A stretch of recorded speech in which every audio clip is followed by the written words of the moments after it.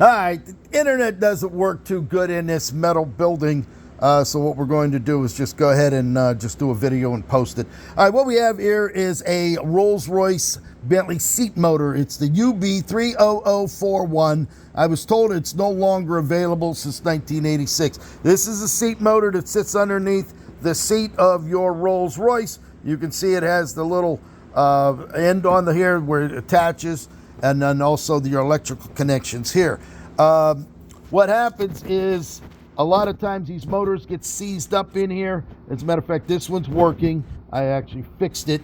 You can see where the armature or the field here, there's the brushes. The brushes get stuck and it causes it not to work. So what we're going to do right now, I got it fixed. I'm going to turn the power on. I have to keep the connector because this is a metal table and I don't want it shorting out. And by connecting this would be your negative over here, and then you can hit it. Got that one working beautifully. Now I'm hooking a lot of power to this. That's why it's spinning so fast. And there you have it. So by taking it apart, let me flip this off so we don't short it.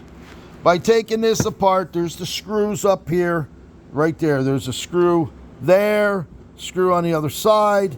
You get this thing apart, you pull those brushes out, you clean them real good. All right, there'll probably be some pitting on there, and then you clean this armature, this field right here, this copper. You can see where it's been running. Once you get that done, as long as the windings aren't burned or black or shorted out, you should have yourself an operating motor. If you're still not having problems, then you work back up. It could be one of the relays, it could be one of the switch itself.